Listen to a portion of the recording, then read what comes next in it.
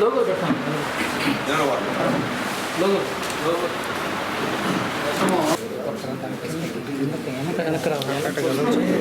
మళ్ళీ చేద్దాం long frame.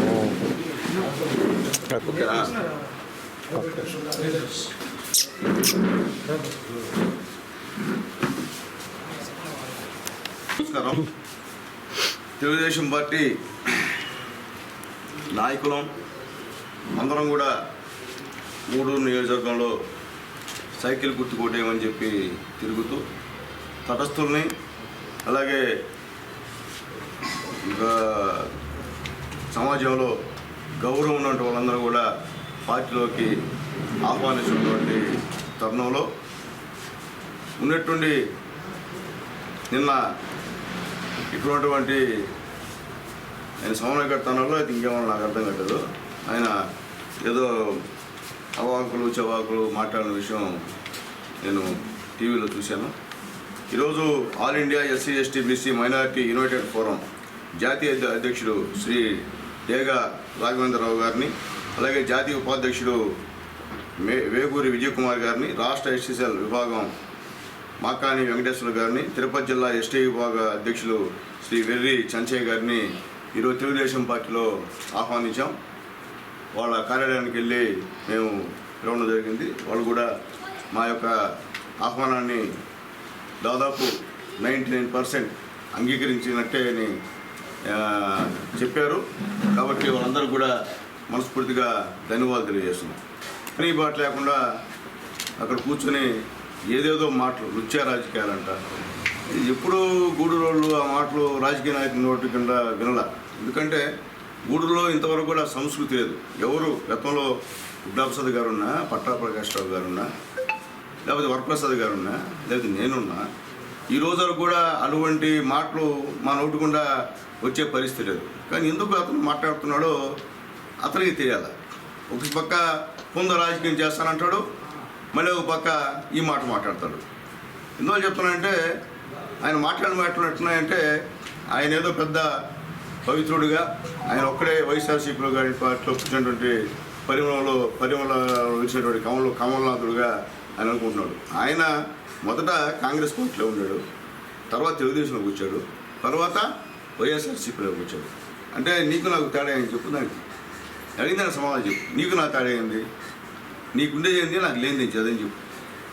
నువ్వు పార్టీలు మారించావు. రాజకీయాల్లో పార్టీలు మారడం సహజం. ఈరోజు ఎంతోమంది మారుతున్నారు. నేను ఎప్పుడో 4-5 సంవత్సరాల ముందు, దాదాపు 5 సంవత్సరాల ముందు, 7 సంవత్సరాల ముందు నేను వైఎస్ఆర్సీపీ నుంచి తెలుగుదేశంలోకి వచ్చాను. అప్పటి నుంచి అసలు నా బ్లడ్లో ఉండేది తెలుగుదేశం పార్టీ. ఆ రోజు కొన్ని కారణాల వల్ల బయటకు వచ్చాం. తర్వాత మళ్ళీ నా మాతృ సంస్థకి నేను వెళ్ళిపోయినా మా నాయకుల ఆహ్వానంతో. అంతేగాని నేను వేరే పార్టీలో ఉండి రాజకీయాలు వచ్చినాడు కాదు. నందమూరి తారక రామారావు గారి దయతో ఆ రోజు మున్సిపల్ చైర్మన్ అయినా. కాబట్టి మాది తెలుగుదేశం రక్తం అని చెప్పి నేను మళ్ళీ ఒకసారి తెలియజేస్తున్నాను. అట్లాగే ఆయన మాట్లాడుతూ ఏదో ఆడబిడ్డ తెల్ల చొక్కా ఎర్ర చొక్కా అని మాట్లాడు. నాయన ఆ రోజు నీ లెటర్ ఏం పెట్టలా. అయ్యా లెటరు నీ వల్ల ఎవరైతే నష్టపోయారో వాళ్ళు నాకు 2 లెటర్లు రాశారు. నేను లెటర్ ఏం బయట పెట్టలా. అట్లాగే ఇక్కడ ఉన్న మిత్రులందరూ లెటర్లు వచ్చాయంట, చెప్పారు నాకు ఫోన్ చేసి. అయినా నేను లెటర్ బయట పెట్టలా. ఎందుకంటే ఆ సంస్కారం నాకులే. అందరికీ తెలుసు గూడూరులో ప్రతి ఒక్కరికి, మీ నాయకులకి సాక్షాత్తు మీ జగన్మోహన్ రెడ్డి గారికే పెట్టారు లెటర్లు, మీ సత్యరామకృష్ణ గారికి లెటర్ పెట్టారు, మీ విఎస్ఆర్ రెడ్డి లెటర్ పెట్టారు. లెటర్ పెట్టి కాపీ ఇక్కడ గూడూరులో ఉన్న ప్రజలకి పోస్ట్ చేశారు తప్ప దాన్ని ఏదో రాజకీయం చేస్తున్నాడు ప్రతిపక్షాలను. మాకంత నీచమైనటువంటి మనస్తత్వం కాదు, అంత నీచ రాజకీయం గూడూరులో చేయాల్సిన అవసరం లేదని చెప్పి నేను తెలియజేస్తున్నాను. కేసు పెట్టి చేయటంట ఏమయ్యా, నేనన్న మీ నిజం చెప్పండి. సునీల్ కుమార్ ఎప్పుడన్నా ఎస్సీ ఎస్టీ కేసు పెట్టించాడా? చెప్పండి. SC ST case Sunil Kumar పెట్టించాడంటే ఈరోజు 600 మంది రెడ్డి గారు అంతా కూడా నా మీటింగ్కి రారు. ఈరోజు అందరు నన్ను మనస్ఫూర్తిగా ఆహ్వానిస్తున్నారంటే సునీల్ కుమార్ ఎక్కడ కూడా తగులు పెట్టే మనిషి కాదు, వివాదాలకు పోయే మనిషి కాదు, కక్ష సాధింపులు చేసే మనిషి కాదనేటువంటి ఉద్దేశంతో ఈరోజు అందరూ ఈ కాన్స్టిట్యూన్సీలో మెజారిటీ వాళ్ళు ఈరోజు ఆశ్రయిస్తున్నారని నేను తెలియజేస్తున్నాను. అట్లాగే భాష మార్చుకో. ఏందా భాష? అదేమంటే పిలుస్తావు, రా దమ్ము నీకు చెప్పా. నీకు దమ్ము ధైర్యం ఇంకేదైనా ఉంటే, మనిషిలో ఉన్న లక్షణాలు ఏమైనా ఉంటే నీకుంటే నువ్వు ముందు ఎమ్మెల్సీ పదవికి రాజీనామా చేసి ఎమ్మెల్యేగా పోటీ చేయి. ఇప్పుడు ఎవరైనా చెప్తాను, మళ్ళీ ఛాలెంజ్ చేస్తాను నీకు. నీ ఉద్దేశం ఏంది? నేను ఎట్టా ఓడిపోతాను, నాకు ఎమ్మెల్సీ పదవి ఉంది. నువ్వు ఆ ఉద్దేశంతో నువ్వు వెళ్తున్నావు. అదే క్రమంలో ఆడవాళ్ళని కించపరుస్తూ మాట్లాడుతున్నావు. అది మంచి పద్ధతి కాదు. మీ పార్టీలో ఆడవాళ్ళు ఉన్నారు, మా పార్టీలో వాళ్ళు ఉన్నారు, మనకి అక్క చెల్లి ఉన్నారు, మనకి అమ్మ చిన్నమ్మ చిన్నాయలు ఉన్నారు. గుర్తుపెట్టుకోండి. ఆడవాళ్ళని నువ్వు చాప్ చేస్తావు, చెలికత్తెలు, తప్పు కదా. ఏ పార్టీ వాళ్ళన్నా ఆడవాళ్ళు ధైర్యంగా వచ్చి, అది వైఎస్ఆర్సీపీలో కావచ్చు, తెలుగుదేశంలో కావచ్చు, జనసేనలో కావచ్చు, పనిచేస్తున్నటువంటి ఆడవాళ్ళని మీరు ఈ విధంగా పోల్చడం అనేది మంచి పద్ధతి కాదని చెప్పి నేను తెలియజేస్తున్నాను. ఆడవాళ్ళకి నువ్వు క్షమాపణ చెప్పాలని చెప్పి నేను డిమాండ్ చేస్తున్నాను. అట్లాగే ముఖ్యంగా ఇక్కడ సునీల్ కుమారు ఈయన 2,200 కోట్లు అభివృద్ధి చేస్తుంటే నీకు ఎందుకు ఓడిపోయావు 45,000తో అన్నావు నువ్వు. ఎస్, అభివృద్ధి చేశా.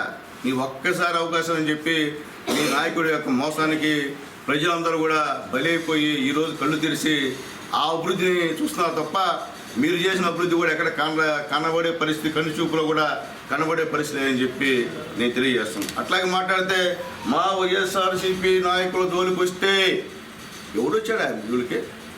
ఎవడొచ్చాడా?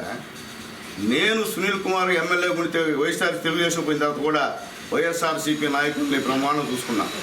ఎక్కడ ఎవరితో వివాదాలు లేవు. చెప్పండి ఒక వైఎస్ఆర్సీపీ నాయకుడిని సునీల్ కుమార్ మన తెలుగుదేశం పోయి మమ్మల్ని ఇబ్బంది పెట్టాడు, మమ్మల్ని దౌర్జన్యం చేశాడు అని చెప్పండి. ఈరోజు కూడా వాటి నాకు గౌరవం.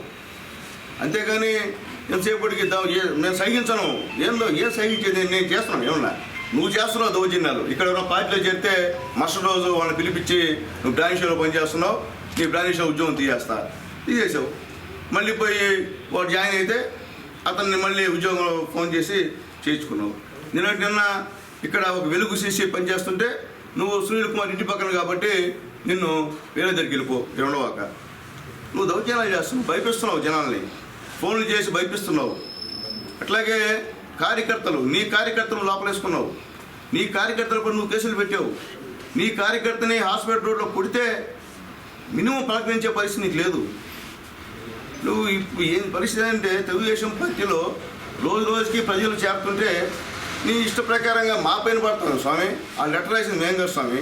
ఆ బాధితుడితో మాట్లాడుకున్నాయినా మేము లెటరు బయట కూడా పెట్టాను.